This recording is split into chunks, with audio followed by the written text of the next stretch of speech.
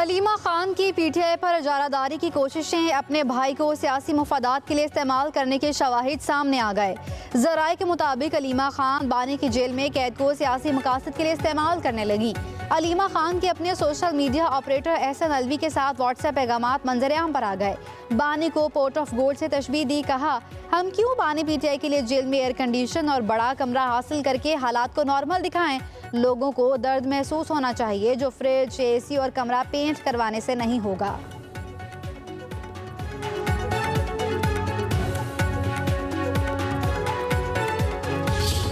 अलीमा खान साहबा के दरमियान जो उनकी गुफ्तगू जो हुई है, एहसन खान जो उनके सोशल मीडिया ऑपरेटर हैं, तो उन्होंने इस बात का ज़िक्र किया है कि बानी पीटीआई को जेल में किसी किस्म की सहूलत की जो है वो बात नहीं की जानी चाहिए। जेल में कोई इस किस्म का माहौल नहीं है कि उन्हें जो सहूलतें हासिल हैं उनमें किसी किस्म का खलल हो। अलीमा खान ने बानी पीटीआई के जेल में रहने के सियासी फ़वाइद की बात की। जेल में जहर देने का प्रोपेगेंडा किया गया। जिस जमात के लोग इस तरह की साजिशें करें उनसे क्या तवक्को की जा सकती है। वज़ीर आज़म की मुशीर राना सनाउल्लाह की न्यूज़ कॉन्फ्रेंस, कहा पीटीआई के लोग आपस में भी लड़ रहे हैं और इदारों से भी। ये लोग हमेशा सोशल मीडिया पर मुल्क मुखालिफ मुहिम चलाते हैं। जिस सोशल मीडिया ने उन्हें बड़ी जमात बनाया उसी ने उनका बेड़ा गर्क कर दिया। राना सनाउल्लाह ने कहा बानी की रिहाई के लिए कोई दबाव नहीं। जहां से उन लोगों ने उम्मीदें लगा रखी हैं वहां से एक बयान तक नहीं आया। पीटीआई रहनुमाओं की बातों से लगता है वो मुज़ाकरात में संजीदा नहीं।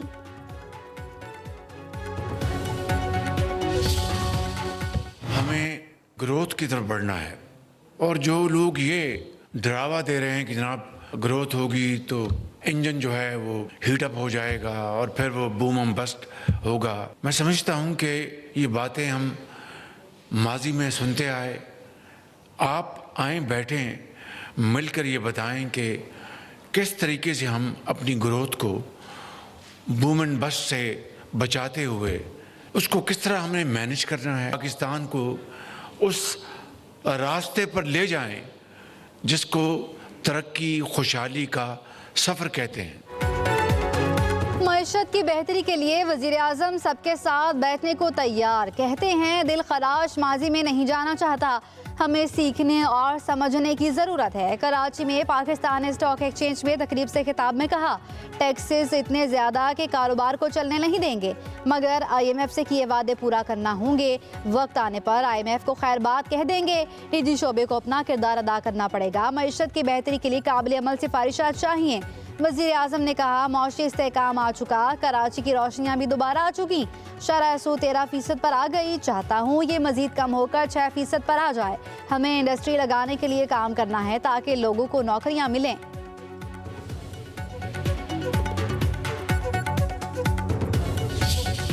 हसन नियाज़ी फौजी वर्दी को उसने एक डंडे पे टांग के उसकी इतनी तज़हीक की, उसको 10 साल कैद हो गई। आपको सियासी इख्तलाफ करने का हक है, तहजीब के दायरे में रह के भी सियासी मुखालफत हो सकती है। ये मकाफात अमली है जो आप भुगत रहे हैं। आज फौजी हैं, अगर हमारे साथ हैं तो बहुत अच्छे, अगर हमारे साथ नहीं है तो उनको गोलियां मार के शहीद कर दो, इनकी वर्दियों को डंडों पे टांग दो। बड़ा अच्छा है सियासी इख्तलाफ करना, उसके लिए जनाह हाउस को जलाने की जरूरत नहीं। मुझे मेरे वालिद के सामने गिरफ्तार करके उन्होंने डेथ सेल में 2 दफा फेंका। मैंने तो किसी को नहीं कहा कि पुलिस वालों को गोलियां मार दो। कौन सी सियासत बच्चों को कहती है किसी से उसका माँ बाप छीन लो। नौजवान किसी के इक़्तिदार की हवस का ईंधन ना बने। बहकावे में आने वाले आज जेलों में सड़ रहे हैं। वज़ीर आला मरियम नवाज का सरगोदा यूनिवर्सिटी में तकरीब से खिताब, कहा हसन नियाज़ी 10 साल बाद रिहा होगा तो दुनिया बदल चुकी होगी। जलाओ घिराव का कहने वाला आपका हमदर्द नहीं। वादा करें कभी मुल्क के खिलाफ नहीं जाएंगे। पंजाब में स्कॉलरशिप्स पर 72 अरब रुपए खर्च हुए। स्कॉलरशिप्स देते हुए ये नहीं सोचा कि तालिब इल्म का ताल्लुक किस जमात से है। मैं आपकी वज़ीर आला और माँ हूँ। 1 लाख इलेक्ट्रिक बाइक्स तलबा को मुफ्त देंगे।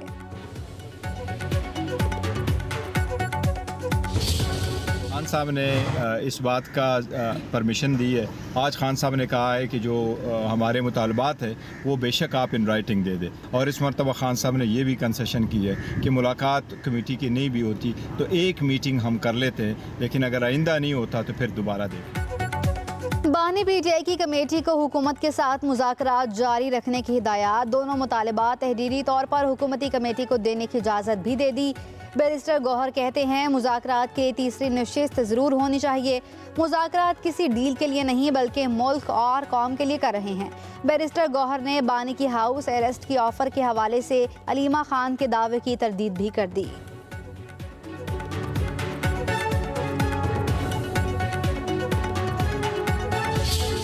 कठपुतली हुकूमत है तो इनके हाथ में या तो अख्तियार नहीं है और या जो है तो ये जानबूझकर मुज़ाकरात के रास्ते में दिक्कतें रुकावटें पैदा कर रहे हैं। कानूनी हम जंग लड़ रहे हैं, एहतजाजी हमने किए भी हैं और आगे मुस्तकबिल में भी ज़रूरत पड़ी तो वो एहतजाजी सियासत भी होगी, लेकिन इस वक्त हमारी जो तवज्जो है वो मुज़ाकरात पे है।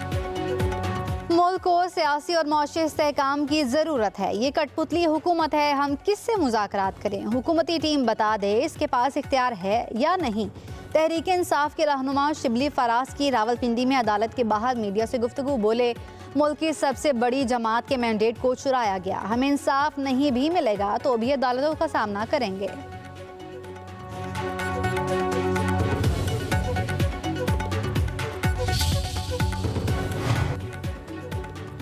खदशा है बानी पीटीआई मुज़ाकरात कामयाब नहीं होने देंगे। वज़ीर बल्दियात सिंध सईद गनी की कराची में मीडिया से गुफ्तगू। कहा, तहरीक इंसाफ चाहती है कि मुल्क में अदम इस्तेहकाम हो, कोई भी इख्तलाफात हों उनका मुज़ाकरात से हल है। मुज़ाकरात रुके तो पीटीआई को नुकसान होगा। मजीद बोले, मलीर एक्सप्रेस वे के पहले फेज़ का 11 जनवरी को इफ्तिताह होगा। इस सड़क को मार्च में कायदाबाद तक खोल दिया जाएगा। मलीर एक्सप्रेस वे पर अगर ट्रैफिक की खिलाफवर्जी होगी तो टोल के साथ जुर्माना भी देना पड़ेगा। जो 24वीं मईशत बन चुकी थी उसको ला के अगले 4 साल में 47वीं मईशत खड़ा कर दिया। ये वो चैलेंजेस हैं जो पाकिस्तान को डिफ़ॉल्ट के किनारे पे ले आए थे और वो दिन दूर नहीं जब पाकिस्तान कॉमिटी ऑफ नेशन में अपना सही मुकाम पाएगा। वो जो सफारती तन्हाई थी वो भी ख़त्म हो चुकी है। पाकिस्तान की सिफारती तन्हाई खत्म हो चुकी है। बैरूनी सरमायाकारों का मुल्क पर एतमाद बढ़ रहा है। अब मईशत बेहतरी की तरफ गामजन है। नायब वज़ीर आज़म इसहाक डार का पाकिस्तान स्टॉक एक्सचेंज में तकरीब से खिताब। बोले, 2017 में उभरती हुई मुल्की मईशत को तबाह किया गया, पाकिस्तान को डिफ़ॉल्ट के दहाने पर पहुंचा दिया गया। पाकिस्तान अंदरूनी और बैरूनी सरमायाकारी और कर्जों के बोझ तले दबा हुआ है। मुल्क पर 130 अरब डॉलर का कर्जा है। नई मंडियों की तलाश वक्त की अहम ज़रूरत है। मुल्क को आगे लेकर जाएंगे, आने वाले साल मज़ीद बेहतर होंगे, पाकिस्तान अपने सही मकाम पर पहुँचेगा। मुल्क को इंशाल्लाह आगे से लेके जाना है और सस्टेनेबल ग्रोथ की तरफ लेके जाना है। The stock exchange has to play a very very important role कि इस मुल्क की जो डिपेंडेंस है on the banking industry is huge, whether is financing to the infrastructure, whether is financing for the SMEs। वफाकी वज़ीर ख़जाना मोहम्मद औरंगज़ेब का कहना है, हमारी मईशत दुरुस्त समत पर है और सफ़र तवील है। पाकिस्तान स्टॉक एक्सचेंज की तरक्की मुल्की मईशत पर सरमायाकारों के एतमाद का मज़हर है। IMF के साथ मुआहदे से मईशत इस्तेहकाम की राह पर गामजन हुई है। खसारे में चलने वाले सरकारी इदारों में इस्लाहात पर काम शुरू कर दिया गया। FBR में डिजिटलाइजेशन का आगाज़ कर रहे हैं। मईशत का पहिया चलाने के लिए तवानाई के शोबे में इस्लाहात नागुज़ीर हैं।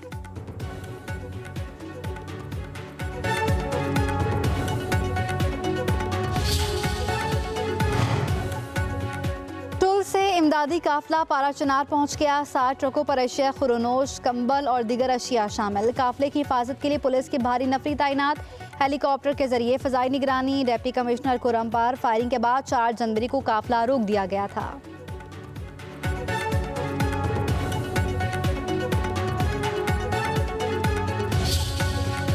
सिविलियंस का मिलिट्री कोर्ट्स में ट्रायल APS जैसे मुजरिमान के लिए था। क्या तमाम सिविलियन से वही बर्ताव किया जा सकता है जैसा APS सानिया में किया? फौजी अदालतों के केस में जस्टिस मुसरत हलाली के रिमार्क्स। जस्टिस जमाल मंदोखेल ने कहा, आर्मी एक्ट में सिविलियंस का ट्रायल किया जा सकता है या नहीं? क्या ये सिर्फ मखसूस शहरियों के लिए था? हमारे बहुत से जवान शहीद होते हैं, क्या हमलावरों का भी मिलिट्री ट्रायल होगा? शहदा के मुकदमात फौजी अदालतों में क्यों नहीं चलते? जस्टिस जमाल मंदोखेल ने मजीद कहा, आइन के मुताबिक रूल्स मुअत्तल होते हैं, ख़त्म नहीं होते। आर्टिकल 5 के मुताबिक राइट्स मुअत्तल नहीं हो सकते। 9 मई वाले मुल्जिमान तो आर्म फोर्सेस से ताल्लुक नहीं रखते।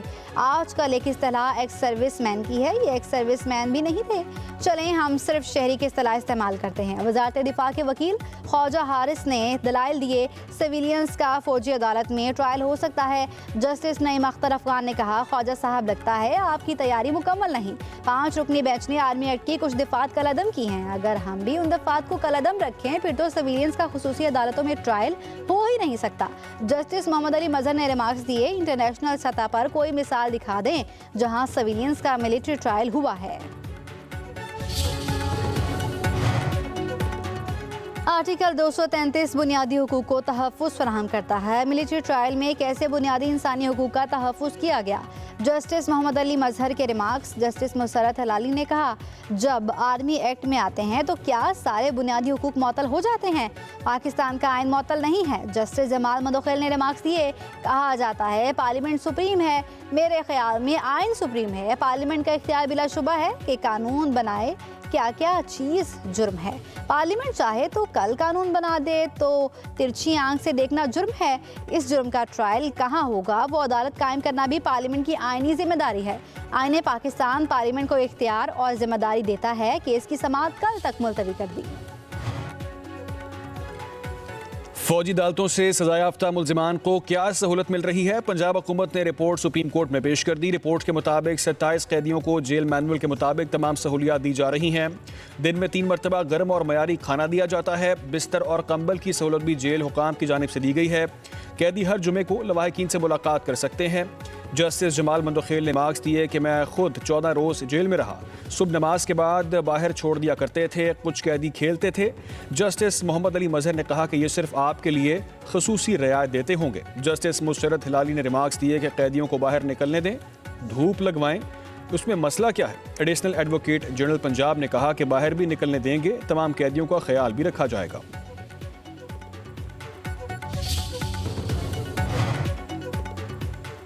आम शहरियों का मिलिट्री ट्रायल कैसे हो सकता है? अगर मिलिट्री ट्रायल का अदालत से हुक्म मिलता है तो ये बड़ा जुल्म होगा। तहरीक इंसाफ के रहनुमा असद कैसर की अलामा राजा नासिर अब्बास समेत दीगर रहनुमाओं के हमरा मीडिया से गुफ्तगू कहा, उम्मीद है सुप्रीम कोर्ट से इंसाफ मिलेगा। मुज़ाकराती कमेटियों के इजलास में हमने संजीदगी का मुजाहरा किया। बानी पीटीआई से मुलाकात का सिलसिला जारी रखने का कहा, मगर ताहाल मुलाकात नहीं करवाई गई। पार्टी चेयरमैन से मुलाकात किए बगैर हम कैसे आगे बढ़ सकते हैं? अलामा राजा नासिर अब्बास ने कहा, मिलिट्री कोर्ट्स का फैसला मुल्क के मुस्तकबिल से जुड़ा है। 9 मई में जिसने 2 बोल बोले उनको माफ़ी मिल गई। पाकिस्तान के आइन से भी अवाम का एतमाद उठ रहा है। मुज़ाकरात का वक्त बहुत अहम है। मुल्क सैंडविच बनता जा रहा है। पाकिस्तान को बचाने के लिए मुज़ाकरात होने चाहिए। वज़ीर आला खैबर पख्तूनख्वा अली अमीन गंडापुर इश्तिहारी करार। इस्लामाबाद की इंसदाद दहशतगर्दी अदालत ने बानी पीटीआई की नाहली पर एहतजाज के केस में हुक्म जारी किया। गैर हाजिर मुल्जिमान के वारंट गिरफ्तारी जारी कर दिए गए। उमर तनवीर भी इश्तिहारी करार। इश्तिहारी मुल्जिमान के खिलाफ टेस्ट की कार्रवाई दीगर मुल्जिमान से अलग कर दी गई। फैसल जावेद की दहशतगर्दी की दफात ख़त्म करने के लिए दरख्वास्त दायर। केस की समाअत 15 जनवरी तक मुलतवी। मुल्जिमान के खिलाफ थाना I-9 में 2022 में मुकदमा दर्ज किया गया था।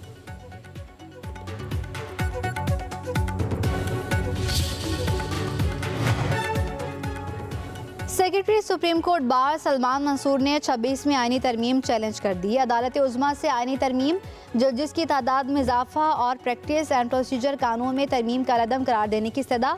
दरख्वास्त में मौक़िफ़ इख्तियार किया। आईनी तरमीम बुनियादी हुकूक और अदलिया की आज़ादी के असूलों से बराह रास्त मुतसादिम है। जुडिशल कमीशन में एग्जीक्यूटिव की अक्सरियत अदलिया के अमूर में मुदाखलत है। तरमीम के लिए अपनाया गया तरीक़ाकार भी किसी सूरत जमहूरी नहीं। मुतादिद अरकान पार्लियामेंट ने दबाव डाले जाने और अगवा किए जाने के इल्ज़ामात आयद किए।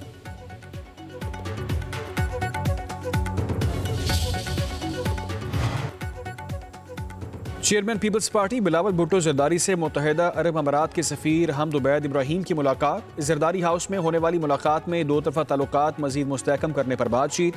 पाक अमारात ताउन के फ़रोग़ पर भी इत्तफ़ाक़।